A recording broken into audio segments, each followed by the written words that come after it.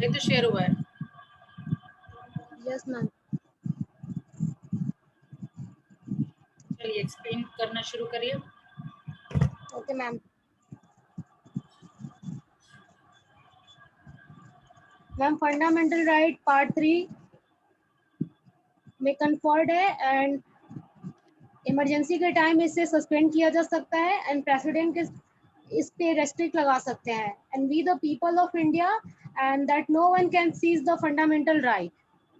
और constitution of India को हम मैग्ना कार्टा ऑफ इंडिया के नाम से भी जानते हैं, जो कि एक फ्रेंच वर्ड है Magna carta.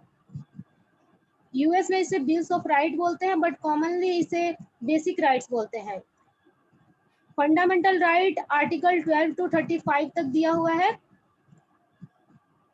Can't survive without fundamental right and right to equality article 14 में दिया हुआ है, जो कि ये गारंटी करता है कि all person are equal before law and equality before law, equal protection of law and equality before law. Article 15 prohibit करता है किसी भी race, caste, religion, place of birth के अकॉर्डिंग अनटचेबिलिटी एंड इंश्योर करता है, ये अपॉर्चुनिटी देता है पब्लिक एम्प्लॉयमेंट मैटर में। एक मिनट, सब लोग कॉपी पेन लेके नहीं बैठे हैं, इसको आप रिवीजन क्लास की तरह लिखिए और जो जो इम्पोर्टेंट पॉइंट बोल रही है आप रफली लिखते चले जाइए। आर्टिकल 14 प्रोहिबिट करता है हॉस्टाइल डिस्क्रिमिनेशन को, किसी भी भेदभाव को वो हॉस्टाइल करता है एंड प्रोहिबिट करता है।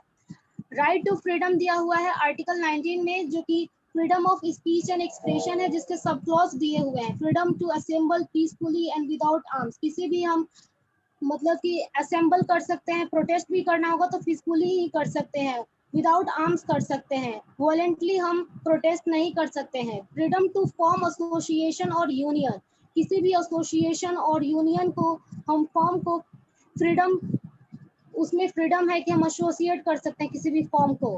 Freedom to move freely throughout the territory of India, हम अपने टेरिटरी ऑफ इंडिया के अंडर, बाउंड्री के अंडर हम फ्रीली मूव कर सकते हैं। Freedom to reside and resettle in part of the territory of India, हम अपने कंट्री के अंडर कहीं भी रीसेटल हो सकते हैं और जा सकते हैं। ये पॉलिटिकल फ्रीडम को सिक्योर करता है और किसी भी पीपल के डिग्निफाइड मैनर में एग्जिस्टेंस को एक वैलिडेट करता है और इसका इम्पोर्टेंस होता है all round development of individual. Freedom to practice any profession, to carry on any occupation, किसी भी प्रोफेशन को कैरी करने के लिए ये फ्रीडम देता है, किसी भी ट्रेड और बिजनेस को ऑर्गेनाइज करने के लिए। Right to life and personal property, arrangement the right of the individual and trust to own and administer their property, and the constitution says that no person shall be deprived of his property except by lawful authority। पहले एक legal right था जो कि अब नहीं है, उसे amendment द्वारा 44th अमेंडमेंट के द्वारा उसे हटा दिया गया है और सिर्फ यह एक लीगल राइट बन गया है। पहले राइट टू प्रॉपर्टी था। Right to freedom of religion, किसी भी धर्म को मानने के लिए, किसी भी रिलीजन को फॉलो करने के लिए हमारे यहाँ फ्रीडम है, राइट में। All the persons shall be entitled to freedom of conscience and the right to practice and propagate religion freely, किसी भी धर्म को फॉलो कर सकते हैं, मान सकते हैं, वर्शिप कर सकते हैं। Right to cultural and educational freedom, cultural and educational freedom article 29 to 31 में है। And constitution allows the minority in India to preserve and promote their languages, script and culture. The constitution permits all the minorities with their best religion to start and run their educational institution and get financial aid without any discrimination of the state। State के बिना discrimination के, बिना interference के किसी भी institutional organisation को, educational institution को organise कर सकते हैं और माइनॉरिटी बेस्ड किसी भी रिलीजन को स्टार्ट कर सकते हैं एंड लैंग्वेज को, स्क्रिप्ट को प्रमोट करता है, जितने भी हमारे लैंग्वेज स्क्रिप्ट हैं। Right to exploitation, our constitution recognizes the dignity of the individual and protects him against any either by the state and privileged classes in the society. हमारे society में जो भी higher level high profile person है उनसे भी हमारे individual protect करता है, राइट, और उसके एक्सप्लॉयटेशन से हमें बचाता है. Right to constitutional remedies. Article 32 confers on the people the right to move the Supreme Court in case of encroachment. Person के राइट का अगर इंक्रोचमेंट होता है तो वो सुप्रीम कोर्ट के पास जा सकता है, वो मूव कर सकता है, किसी भी केस से रिलेटेड वहां पे फाइल कर सकता है. Can Parliament amend the fundamental right? Yes, Parliament amend the fundamental right.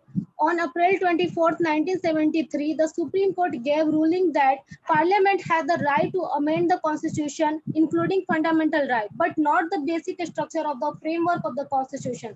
Fundamental right के structure को वो नहीं बदल सकता, but वो basic right को भी amend नहीं कर सकता. ये fundamental right का जो भी Constitution है.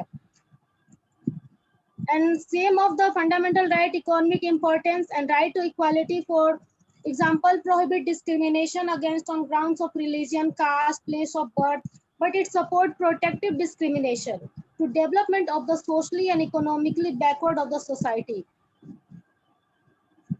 जो भी socially backward economic class of the society हैं, जैसे SC, ST, scheduled caste and scheduled tribes, उनके discrimination को, उनके protective support को अगर कोई एक्सप्लॉइट करता है तो पार्लियामेंट को अमेंड कर सकती है फंडामेंटल राइट के, बट उसकी बेसिक स्ट्रक्चर को नहीं बदल सकती.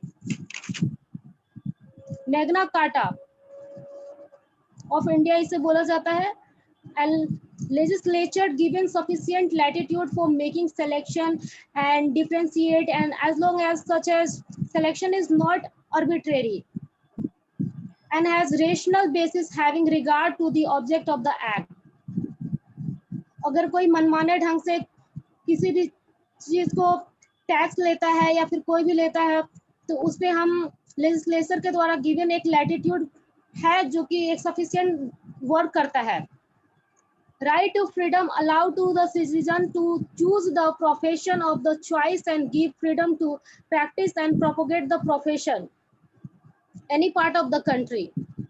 ये right to freedom any part of the country में प्रोफेशन, किसी भी प्रोफेशन को हम अपने चॉइस के अकॉर्डिंग चूज करके उस पर प्रैक्टिस और बिजनेस को ऑर्गेनाइज कर सकते हैं. Fundamental right exploitation prohibits the weaker section of and human right. Article 23 prohibits. Article 23 में किसी भी वीकर राइट्स के ह्यूमन रिसोर्स की अगर रूल्स की एक्सप्लॉयटेशन होती है तो फंडामेंटल राइट प्रोहिबिट कर सकता है. Prohibit traffic in human being, forced labor. Indirectly, it ensures conducive environment for working, hazardous like property. Prohibit child labor in Article 24.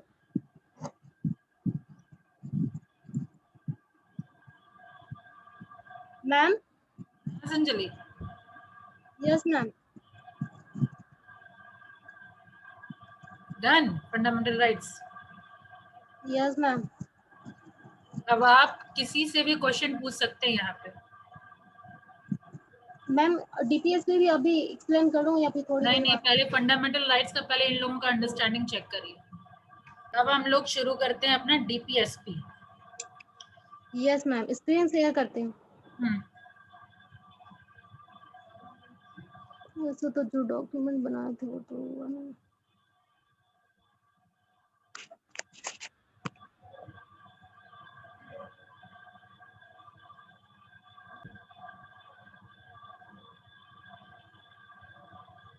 Part 4 of the Constitution, Article 36 to 51. Classification of directive principle and their influence on economies and business principle which help in the establishment of a welfare state socialistic principle. इसका जो classification है वो business and economics principal को ध्यान में रखते हुए ये एक सोशलिस्टिक प्रिंसिपल और स्टेट को वेलफेयर करने में, एस्टैब्लिश करने में मदद करता है. और आर्टिकल 38 ऑफ द कॉन्स्टिट्यूशन ये एक्सप्लेन करता है, डिक्लेयर करता है कि प्राइमरी कंसर्न जो भी स्टेट का होगा वो वेलफेयर स्टेट को या फिर वेलफेयर ऑफ द पीपल को and create a social order and which justice, social, economic and political को promote करेगा and shall be practiced by all the national institution. वो नेशनल इंस्टीट्यूशन के द्वारा प्रैक्टिस किया जाएगा. And the ideal of the welfare state is to be achieved by the state. और जो भी उसका आइडियल होगा, जो भी उसका फीचर होगा, जो भी सब्सटेंस होगा, वो स्टेट के द्वारा अचीव किया जाएगा. And provide adequate means of livelihood, basic necessities, रोटी कपड़ा एंड मकान, जो भी आपने बोला. Distributing the ownership of material resources in a way that doesn't lead to monopolization. किसी भी एक के हाथ में कंट्रोल नहीं होना. Reorganizing the economy system in a way that doesn't lead concentration of wealth in few hands. किसी कुछ के हाथों में ही कंसंट्रेशन न होना इकोनॉमी का, ताकि वो रूल्स को अच्छे से इम्प्लीमेंट हो सके. Securing equal pay for equal work, both men and women. एक काम के लिए एक तरीके का इक्वल पे होना चाहिए बोथ जेंडर के लिए. Securing suitable employment for men and women and children so that their health is not undermined. और एक अच्छे सा सिस्टमेटिक प्रोसीजर होना चाहिए जो कि उन लोग के हेल्थ को भी अंडरमाइन न रखे, चिल्ड्रेन, वुमेन एंड मेन का. Guarding the children and young men against exploitation and moral degradation. Moral degradation and exploitation के अगेंस्ट उन लोग को गार्जिंग करना, देखभाल करना, लुक आफ्टर करना. And taking affecting steps to provide for work, education and public assistance in case of unemployment, old age, sickness, disablement and gratuity. Improving the condition of work and providing material relief like gratuity, provident fund. लोगों के condition को improve करने के लिए, working condition को improve करने के लिए प्रोवाइड किए जाने वाले material relief. Securing for all the workers reasonable wages and decent standard of life, reasonable leisure period. Making arrangement within 10 years from the commencement of the Constitution for free and compulsory education for all children up to the age of 14. After making DPSP, after 10 years, Constitution guarantee the compulsory education for the children up to 14 years, 6 to 14 years, doing it best to raise the standard of living and improve the public health. जो भी livelihood index है उसको increase करना और public health को improve करना. Those principles which conforms to the Gandhian thought. It based on Gandhian thought, and the state shall take steps to organize village panchayats powerful enough to work as unit. State village panchayat को organize करेगी and powerful work unit एक prepare करेगी. It shall be the effort and encourage cottage industries on an individual, और एक cottage industry को भी state on the basis of village prepare करेगी. The state shall work for the upliftment of a scheduled SC and ST by educating them and protecting their income interest. Schedule caste and schedule caste के upliftment के लिए, उन लोग के progressive way में आगे एक डेवलपमेंट के लिए, उन्हें एजुकेट करने के लिए एक प्रोटेक्टिंग इकोनॉमिक इंटरेस्ट को प्रिपेयर करेगी. इंटॉक्सिकेटेड एंड थिंग्स पे प्राइमरी ड्यूटी होगा कि उन्हें स्टॉप करे and except medical purposes. And it will be part of the duty of the state to improve breeds of the cattle and stop slaughter of the cow and carbs.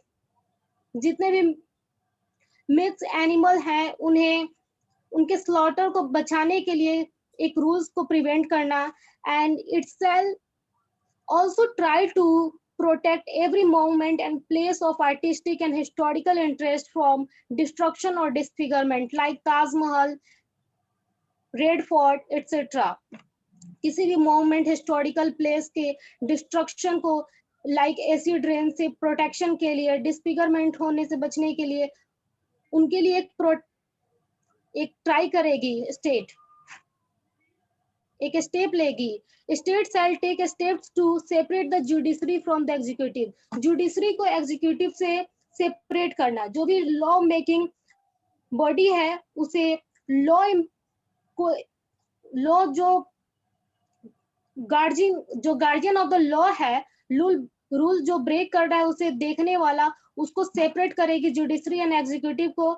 And Article 39B, ownership and control of the material resources of the community are so distributed are best to serve common goal. जितने भी community हैं उनमें एक basic and common goal serve किया जाए ताकि ownership and control material resources वे में कांस्टेंट हो. Operation of economic system should not result in concentration of wealth and means of production. किसी भी means of production and economic system का किसी भी एक ही में फ्यू हैंड्स में कंसंट्रेशन नहीं होना चाहिए. And through the common determinant small scale industries also help increasing employment and promote industry economy in harmonious manner.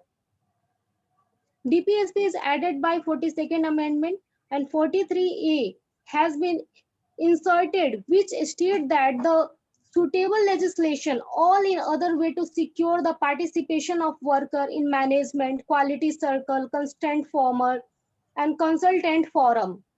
48A state shall endeavor to protect and improve the environment and to save wildlife of the country.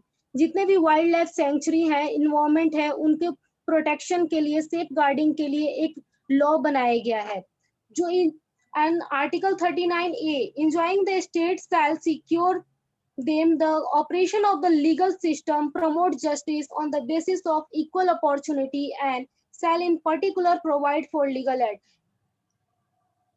किसी भी legal system के operation के लिए एक equal opportunity बनाया गया है ताकि सबको एक जैसा इक्वल मौका मिले और उनमें एक पर्टिकुलरली एक लीगल फ्री एड प्रोवाइड किया गया है.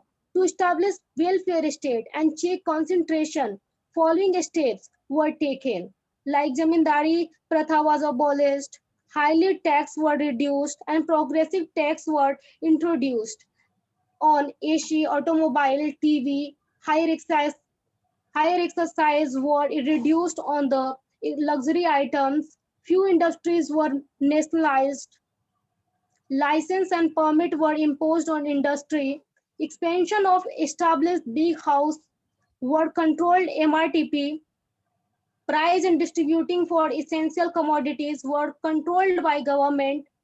जो भी price and distribution of essential commodities होगा वो गवर्नमेंट के द्वारा कंट्रोल किया जाएगा. Various industries were declared reserve for public sector and बहुत सारे इंडस्ट्रीज जो होंगे वो रिजर्व किए जाएंगे पब्लिक सेक्टर के लिए एंड स्मॉल स्केल सेक्टर के लिए. By 44th Amendment Act, right to property was abolished and it has been only legal right under Article 300. Excise on other taxes were also low or nil on a small scale sector. To use the resources in interest of nation and to check concentration of economic power in few hands and to make things available to common man at reasonable price and to reduce dependency on the import. Heavy investment was done in public sector in every field, and the conclusion of the DPSP is to use the resources in interest of nation. Nation के interest में जो भी resources होगा उसको use किया जाएगा और किसी भी इकोनॉमिक पावर का कंसंट्रेशन फ्यू हैंड्स में नहीं होगा और जो भी अवेलेबल थिंग्स होंगे उसी को रीजनेबल प्राइस पे एक डिपेंडेंसी को रिड्यूस करते हुए इंपोर्ट पे हैवी इन्वेस्टमेंट किया जाएगा एंड पब्लिक सेक्टर और एवरी फील्ड में. Various laws were enacted to give conducive environment to workforce and protect the consumer to unfair trade practices, to protect environment and to protect a small scale industry of the big houses, Minimum Wages Act, IRDA, MRTP, Consumer Protection Act, Environment Protection Act, etc. That's it, ma'am. Okay, किसी का कोई doubt है? Is there any doubt?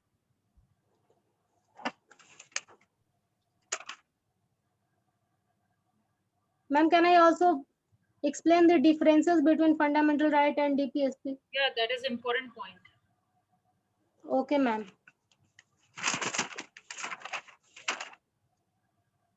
The differences between fundamental right and DPSP. Fundamental right are negative in nature and DPSP are positive in nature. Fundamental right are justiciable and DPSP is non-justiciable. Fundamental right are conferred in Part 3 of the Constitution under Article 12 to 35 and DPSP are conferred in Part 4 of the Constitution, which comes under Article 36 to 51.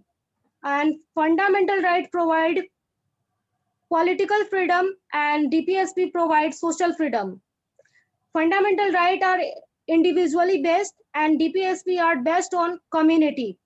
Fundamental rights are binding on Supreme Court and DPSP are not binding on Supreme Court. Fundamental rights are borrowed from USA and DPSP are borrowed from Irish Constitution Ireland and Ireland borrowed from Spain and Spain make itself. Okay. So, if you have any doubt, you can ask right now. What is MRTP?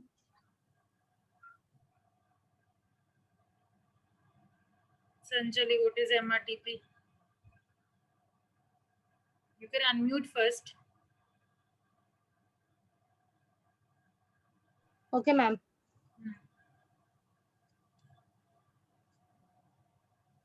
MRTP. Ma'am, exactly MRTP market. Consumer protection act पढ़ाने से पहले आपको थोड़ा background में मैं लेके गई थी। इंडस्ट्री पॉलिसी में आप मैं पढ़ाई थी। यस मैम, हिस्ट्री पॉलिसी में भी डिस्कशन हुआ था और आपका कंज्यूमर प्रोटेक्शन एक्ट से पहले उसका बैकग्राउंड जो था एमआरटीपी बैकग्राउंड। यस मैम, बताइए। Monopolistic, restricted trade policy, trade policy, trade ये थोड़ा सा स्किप हो गया था। Trade practice, trade practice ma'am, practice, monopolist Manish, monopolistic, restrictive, trade practice. इस एक्ट के अंदर किसी भी टाइप का एक्टिविटी, या चाहे फॉल्स रिप्रेजेंटेशन के थ्रू हो या आप होर्डिंग कर रहे हो, ठीक है, या फिर गलत रिप्रेजेंट कर रहे हो, ऐसा कोई भी काम, अनफेयर ट्रेड प्रैक्टिस कर रहे हो, ठीक है, एमटीपी, यूटीपी और आरटीपी, ठीक है। एमटीपी हो गया मोनोपोलिस्टिक ट्रेड प्रैक्टिस अगर आप कर रहे हो, मतलब मोनोपोली अगर आप क्रिएट कर रहे हैं मार्केट में, तो आपके ऊपर रिस्ट्रिक्शन है, आपके ऊपर एक्शन लिया जाएगा। दूसरा, अगर रिस्ट्रिक्टिव ट्रेड प्रैक्टिस कर रहे हैं, मतलब किसी तरह का ट्रेड प्रैक्टिस जिसमें आप रोक रहे हैं कि इसी कस्टमर को देंगे या इसी सप्लायर से आप लेंगे, इस टाइप का अगर रिस्ट्रिक्शन आप इम्प्लीमेंट कर रहे हैं तो आप नहीं कर सकते, वो रिस्ट्रिक्शन इस एक्ट में है। फिर आपका लास्ट में बचता है आपका अनफेयर ट्रेड प्रैक्टिस, यूटीपी, ठीक है। किसी तरीके से आप फॉल्स रिप्रेजेंटेशन कर रहे हैं, गलत वारंटी वगैरह बोल करके आप दे नहीं रहे हैं, गलत गुड्स या सर्विसेज दे रहे हैं आप, ठीक है, वो सब अनफेयर ट्रेड प्रैक्टिस में है। लेकिन हुआ क्या, unfair trade practice basically customer base हो जाता है और उसमें केसेस वगैरह बहुत ज्यादा बढ़ रहा था, ठीक है, जिसकी वजह से अनफेयर ट्रेड प्रैक्टिस वाला पार्ट क्या किया गया, अलग किया गया। मतलब जो इमीडिएट कंज्यूमर है, इमीडिएट कंज्यूमर वाला केस चला गया अब कौन सा act, consumer protection act part में, ठीक है। और बाकी सब चीज है कि बाकी एमआरटीपी वगैरह कर ही रहा था, लेकिन ये अनफेयर ट्रेड प्रैक्टिस वाला पार्ट चला गया कंज्यूमर प्रोटेक्शन एक्ट में, ठीक है। वो वाला पार्ट जो इमीडिएट कंज्यूमर है, कस्टमर, यहाँ पे कस्टमर प्रोटेक्शन एक्ट में कौन हुआ, जो अपने इमीडिएट यूज के लिए ले रहा है। अगर आप सेल करने के लिए ले रहे हैं तो अगेन, अगर आप सेल करने के लिए ले रहे हैं तो क्या आप कंज्यूमर वाले लिस्ट में नहीं आए, अब इस लिस्ट में, इस एक्ट में आप कंप्लेन नहीं कर सकते हैं, ठीक है। इसी से खुशी, जो आपका वाला पॉइंट था वो मुझे याद आ रहा है, जो पॉइंट आप भेजे है ना, उसका मतलब ये होता है कि अगर मान लीजिए आप कोई कंप्लेन डिस्ट्रिक्ट फोरम में अगर आप चल रहा है कोई भी केस आपका, तो फिर किसी और फोरम में आप एक्ट मतलब कंप्लेन को ट्रांसफर नहीं कर सकते, आपका वहीं पे रहेगा, उसी वही डिसीजन सुनाएगा, किसी और जगह आप ट्रांसफर नहीं कर सकते, जो पॉइंट आप भेजे थे खुशी। यस मैम, ठीक है, उसका मतलब ये था, ठीक है। और कोई क्वेश्चन? और मैम आफ्टर रिजल्ट तो भेजा जा सकता है ना? क्या डिस्ट्रिक्ट फोरम में जो मेरा कंप्लेंट चल रहा है, आफ्टर रिजल्ट उसे किसी और फोरम में भेजा जा सकता है? आफ्टर रिजल्ट अगर आप सेटिस्फाइड नहीं है तब अगेन नेक्स्ट लेवल पे पहुंचेगा, ठीक है। डिस्ट्रिक्ट के बाद स्टेट, स्टेट के बाद नेशनल, ठीक है, बट अगर जब आप तक चल रहा है तब satisfied तक नहीं नहीं ट्रांसफर है, कर सकते हैं। हाँ, अगर आप सेटिस्फाइड नहीं है तो आप ट्रांसफर कर सकते हैं। और अगर नेशनल से भी ट्रांसफर नहीं कर सकते, मतलब सेटिस्फाइड नहीं है, तो फिर सुप्रीम कोर्ट। ठीक है, district forum, state commission, national commission, उसके बाद सुप्रीम कोर्ट। और कुछ कोई क्वेश्चन, कोई क्वेरी? यहाँ हम लोगों का fundamental right, directive principle complete होता है कि नहीं? Yes, ma'am. Yes, ma'am. ठीक है, अब रिलेटेड क्वेश्चन अगर देखना चाहें कि प्रीवियस ईयर में कौन कौन सा क्वेश्चन आया था, तो वो आप लोग देख सकते हैं। एक सेकंड में स्क्रीन शेयर करती हूँ। मैम मैं एक्सप्लेन कर पा रही थी नहीं। बहुत अच्छा एक्सप्लेन किया आप, इनफैक्ट बाकी लोग फीडबैक दे तो ज्यादा बेटर होगा। Okay ma'am. खुशी, Yes, ma'am. जो सुनने वाले सेटिस्फाइड हुए कि नहीं वो पूछिए। मुझे तो मैम अच्छा अच्छा लगा, अच्छा बताइए, एज लाइक यू। अब मुझे प्राउड फील हुआ संजलि, सीरियसली मुझे जब आप कुछ पढ़ाते हैं और बच्चे इतना अच्छा रिप्लिकेट करते हैं, मतलब प्राउड फील होता है टीचर्स को। बिल्कुल आपकी तरह ही Yes, बताइए। she explained very nicely, बहुत अच्छे से very explain। properly. Yes, ma'am. Thank you खुशी। अब आते हैं प्रीवियस ईयर क्वेश्चन पे। सिर्फ इसी टॉपिक से रिलेटेड देखिए कौन कौन सा क्वेश्चन आया हुआ है हमारा। पहले 2019 का देखते हैं हम लोग। मैम क्योंकि मैम आप बहुत अच्छा पढ़ाई, इसलिए हम अच्छा एक्सप्लेन कर पाए। It's all credit goes to you. Thank you Sanjali. चलिए 2019 का ये क्वेश्चन पेपर है। देखिए फंडामेंटल से रिलेटेड कोई क्वेश्चन है कि? हाँ, ये रहा। What are the directive principle of state policy, explain in detail. ये क्वेश्चन आया है 2019 में, है ना? कितने मार्क्स का है? और देखिए कोई question, Indian policy, important provision और यानी एक ही क्वेश्चन आया हुआ है यहाँ पे। What are the directive principle of state policy, explain in detail. ये हो जाएगा, अब सबसे हो जाएगा। Yes, ma'am. मार्क्स अगर Yes, देखिए ma'am. 2 into 6 और